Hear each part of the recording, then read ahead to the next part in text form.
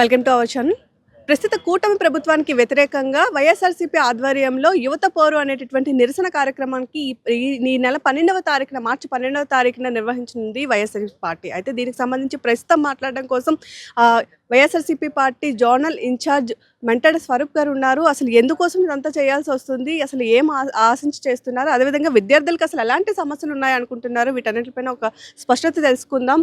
స్వరూప్ గారు, యాక్చువల్లీ ఎందుకోసం అని చెప్పి మీరు ఈ యువత పోరు అనేటటువంటి కార్యక్రమానికి శ్రీకారం చుట్టారు? అంటే యువత పోరు అంటే ముఖ్యంగా విద్యార్థులకి, యువతకి మేము వాళ్ళిద్దరిని కూడా తీసుకోవడం జరిగిందండి.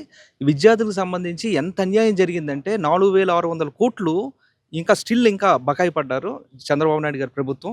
ఏదైతే ఫీజు రీఎంబర్స్మెంట్ ఉందో, ఫీజు రీఎంబర్స్మెంట్ అనేది ఒక రెగ్యులర్ ప్రాసెస్. అది ప్రభుత్వాలతో సంబంధం లేకుండా ఏ క్వార్టర్కి ఆ క్వార్టరు పిల్లలకి, పేద విద్యార్థులు ఎవరైతే ఉన్నారో వాళ్ళందరికీ కూడా ఫీజు రీఎంబర్స్మెంట్ ద్వారా డబ్బులు చెల్లిస్తే వాళ్ళ చదువులు కంటిన్యూ అవుతుంది. అలాంటిది ఈరోజు 9 మాసాలు అయింది, కనీసం సింగిల్ ఎన్పీ కూడా రిలీజ్ చేయకుండా ఈరోజు తాత్సారం చేస్తున్నారు కూటమి ప్రభుత్వం. దానివల్ల ఏమవుతుందంటే విద్యార్థుల తాలూకు మనోవేదన, అలాగే విద్యార్థుల తాలూకు తల్లిదండ్రుల తాలూకు మనోవేదన, వాళ్ళందరూ కూడా చాలా ఇబ్బంది పడుతున్నారు. ఇబ్బంది పడటమే కాదు, చాలామంది ఆత్మహత్య చేసుకోవడానికి కూడా వాళ్ళందరూ కూడా అలాంటి మనోవేదన గురి అవుతున్నారు. అలాంటి సందర్భంలో ఈరోజు వాళ్ళందరికీ కూడా ఒక వెనకాతల మేము ఉన్నాము, వైఎస్ఆర్ కాంగ్రెస్ పార్టీ ఉంది అనే ఉద్దేశంతో వైఎస్ఆర్ కాంగ్రెస్ పార్టీ అలాగే మిగతా ప్రజా సంఘాలందరితో కలిసి ఈరోజు 12వ తారీఖు చాలా పెద్ద ఎత్తున ప్రతి జిల్లా హెడ్ క్వార్టర్స్లో కూడా కలెక్టర్ గారికి ఒక రిప్రజెంటేషన్ ద్వారా విద్యార్థులతో అలాగే వైఎస్ఆర్ కాంగ్రెస్ పార్టీ శ్రేణులందరితో కలిపి వెళ్ళి రిప్రజెంటేషన్ ఇవ్వడం జరుగుతుంది. తద్వారా అయినా సరే చంద్రబాబు నాయుడు గారికి, పవన్ కళ్యాణ్ గారికి కళ్ళు తెరిచి వాళ్ళందరూ కూడా రియాలిటీలోకి వచ్చి ఈరోజు జరుగుతున్న విద్యార్థులకి అన్యాయం జరుగుతున్న ఏవైతే ఉన్నాయో అవన్నీ కూడా సార్ట్అవుట్ చేస్తారనే ఉద్దేశంతో మేము ఈరోజు చేపట్టడం జరుగుతుంది.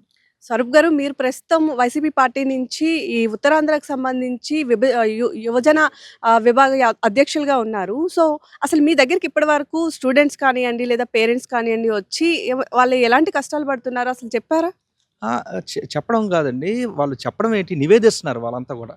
మీరు పలానా ఒక కాలేజ్కి వెళ్ళండి, ఒక ఉమెన్స్ కాలేజ్కి వెళ్ళండి, లేకపోతే ఒక యూనివర్సిటీకి వెళ్ళండి, వాళ్ళందరూ కూడా రోజు ఇస్తున్నారు. ఈరోజు మెస్ ఛార్జెస్ లేవు, కనీసం ఒక స్టూడెంట్స్కి కనీస సౌకర్యాలు అంటే మినిమం సౌకర్యాలు ఏముంటాయి అవి ఏవీ లేకుండా కూడా తాత్సారం చేస్తుంది ప్రభుత్వం. అలాగే మీకు తెలుసు, యువత అందరికీ కూడా ప్రామిస్ చేశారు. ఈ సూపర్ 6లో ఒకటి ఏంటి, 3,000 రూపాయలు, 20 లక్షల ఉద్యోగాలు, సంవత్సరం నిరుద్యోగ భృతి, సంవత్సరంకి 4 లక్షల ఉద్యోగాలు అన్నారు. ఈరోజు 9 మాసాలు అయిపోయింది, లేదు. అలాగే 2025-26 బడ్జెట్ పెట్టారు ఈ మార్చిలోని. పెట్టినప్పుడు 25-26 బడ్జెట్లో ప్రొజెక్షన్ ఉండాలి కదండి, కనీసం ఒక రూపాయినా పెట్టారా? పెట్టలేదు. అంటే నిరుద్యోగ భృతికి ఏదైతే ఇవ్వాలనుకున్నారో 3,000 రూపాయలు, 20 లక్షలు ఇంటూ 3 అంటే ఆల్మోస్ట్ ఆల్ ఒక 6,000 కోట్లు పెట్టాలి. 6,000 కోట్లు సింగిల్ ఎన్పీ ఈరోజు పెట్టలేదు. అంటే 2026 మార్చి వరకు కూడా లేనట్టే అర్థం.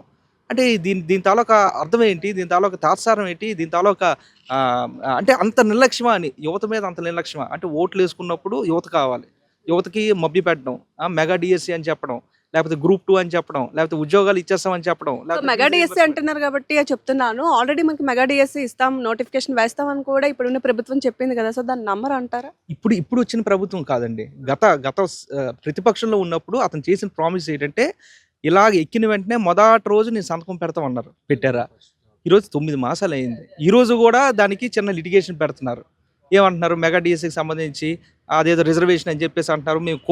మేము ఏమీ కూడా కోర్టుల్లో స్టేస్ రాకుండా మేము చూస్తామని చెప్పేసి ఏదో ఒక లింక్ పెట్టి మెగా డిఎస్సి కూడా పోస్ట్పోన్ చేసే కార్యక్రమం. అది కాక మెగా డిఎస్సి ఏంటి, జగన్మోహన్ రెడ్డి గారు ఆ పోస్టులన్నీ కూడా ఏవైతే ఈ 16,000 పోస్టులు ఉన్నాయో ఈ 16,000 పోస్టులు కూడా శాంక్షన్ చేశారు. అతను జగన్మోహన్ రెడ్డి గారు శాంక్షన్ చేసి అది అంతా కూడా ఫండింగ్ గట్రా అంతా కూడా ప్రభుత్వంలో ఏదైతే ఉందో ఆ జీవో రూపంగా అడ్మినిస్ట్రేటివ్ శాంక్షన్ చేసి రెడీ పెట్టిన పోస్టులు వేస్తున్నాడు.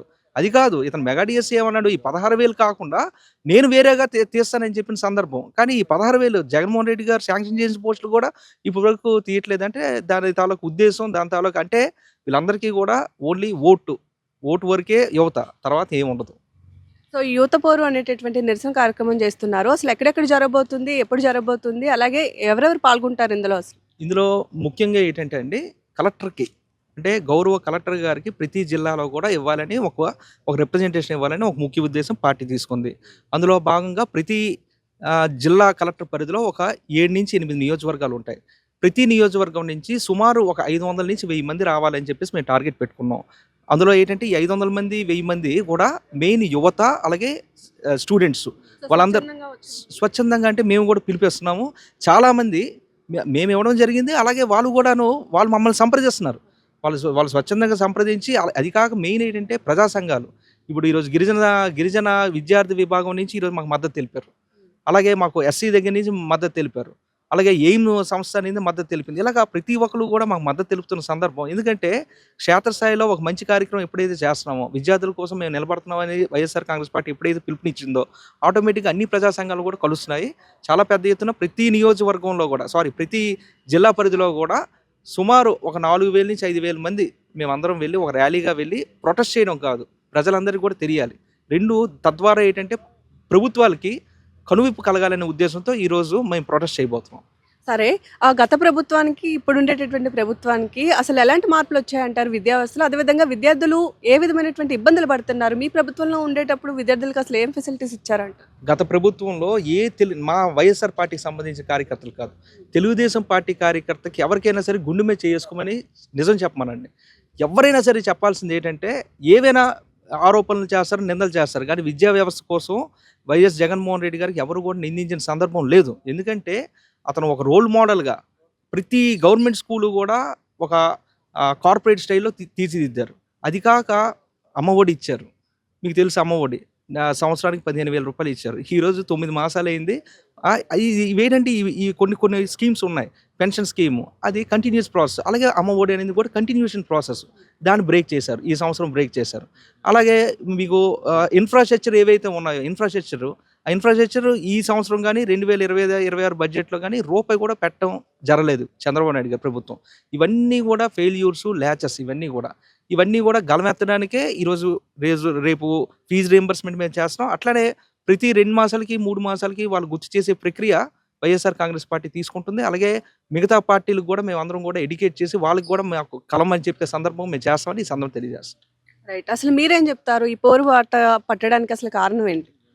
ముఖ్యంగా ఈ పోరుబాట వైఎస్ఆర్‌సీపీ పార్టీ ఆధ్వర్యంలో ఎందుకు జరుగుతున్నది? అసలు ఇది ఎందుకు డిజైన్ చేశారు అంటే, గత 5 త్రైమాసికాలుగా అంటే 5 క్వార్టర్స్‌గా ఇప్పటి వరకు విద్యార్థులకి విద్యా దీవెన రూపంలో కానీ, వసతి దీవెన రూపంలో కానీ ముందు మా వైసీపీ ప్రభుత్వం ఏదైతే పథకాల కింద ఇచ్చిందో, ఇప్పటికే ఆ విద్యా దీవెన అంటే ఫీజు రియంబర్స్మెంట్ కింద కానీ, మెస్ ఛార్జెస్, హాస్టల్ ఛార్జెస్ కింద కానీ రావాల్సిన బకాయిలు మొత్తం కలిపి 4,600 కోట్లు పెండింగ్ పెట్టారు.